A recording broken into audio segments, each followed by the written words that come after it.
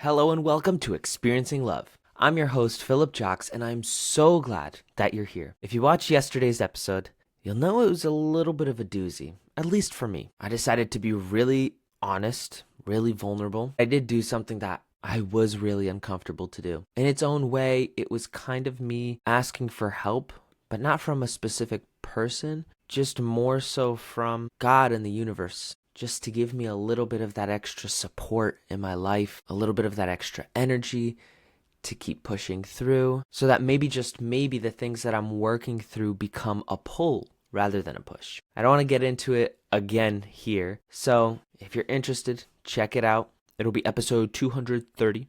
But anyways, I'm feeling much better today. I really am. The end of the night usually tends to do that to me.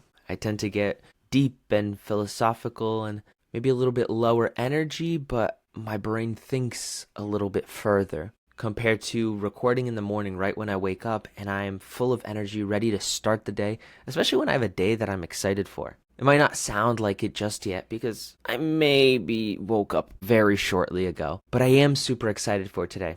I'm actually starting a new job today. I'm going in for training, and it's at a place that I go to pretty often, pretty frequently.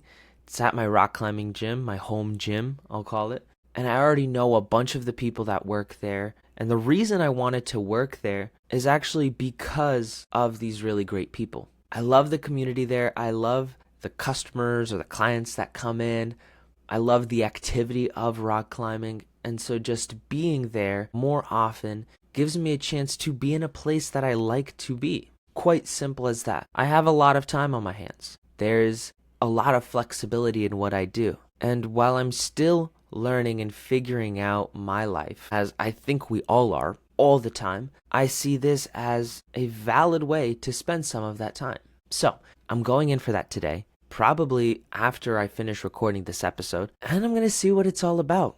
We have some fun things planned already because I managed to get hired just in time for demolition day, where they are replacing their mats and their floors. Or should I say they're replacing their mats only? And I get to help out with that. I had a joke with my friend a couple weeks ago where we say, hey, like, can we just come for the demolition? Like, this was before I even applied.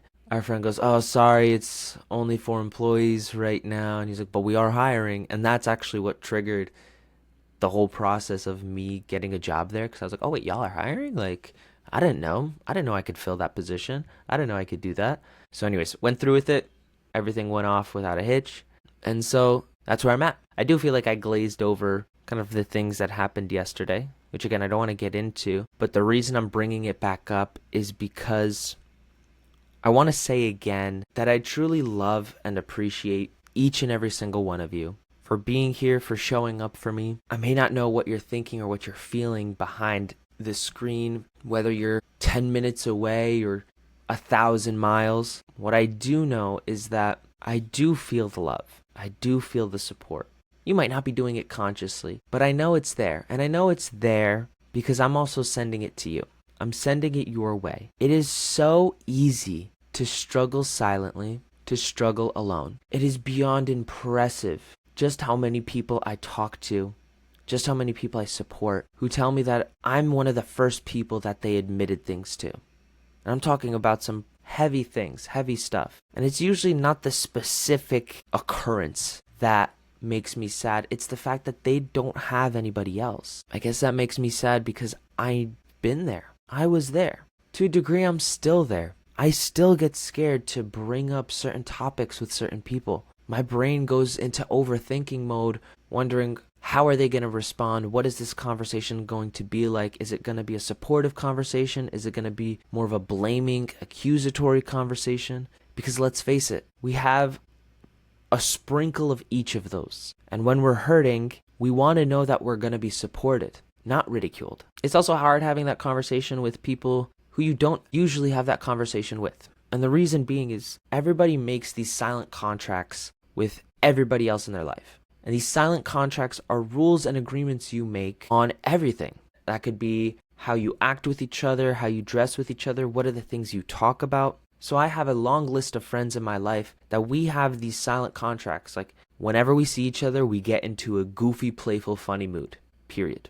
Like it's almost like an anchor that triggers the emotion, that the moment I see them, it's like a goblin inside of me comes out and I just become this like super fun, or maybe even like a gremlin, right? And then there's other people in my life that when I see them, I'm like, oh, I know I could have a real conversation. Real as in talk about the stuff that is truly happening inside of me, truly authentic. I've noticed for a lot of people that I talk to, I play the role of the latter. As much as I'd love to be goofy funny with them, I find myself naturally drawn towards being the person playing the role of supporting them with the deeper stuff. And it's a double-edged sword, really, because when we make that contract, when we make that rule, it takes conscious effort to also be fun and playful. And if that's not your intention, if that's not someone's intention when talking to me, then it won't happen. No matter how much I try, no matter how much I get you to be both playful and deep, if you don't want it, it won't work. And there's been many times in my life where I tried to make it work. It was very forceful of me. And I learned that it truly is a two-way street and people will create the relationships that they want to. My strategy, instead, has been to just meet more people. Some people in my life are purely for fun. That's not to say I won't support them if they need it, but it's to say that they have other people that supports them in that way. And when they see me, when they meet me, we are just goofy and playful. There's other people I go to, maybe once a month, once every 2 or 3 months even, where when we talk, we just catch up on what's going on, and chances are, and I'm talking really high chances, the conversation will get philosophical. It will go into the field, the area of psychology and mindset and beliefs and values and maybe even religion. And a lot of people are really good at creating a variety of these relationships in their life. You know, they talk about certain things at work with their work friends and certain things at home with their home friends. But there's a huge lack in the department of having someone to divulge secrets and struggles with. Don't get me wrong, it's really easy to talk about certain things when they're no longer a struggle. With pretty much anybody, I can talk about my past. If it's something that I overcame, I'm not embarrassed about it. I'm not shameful about it. I just talk about it.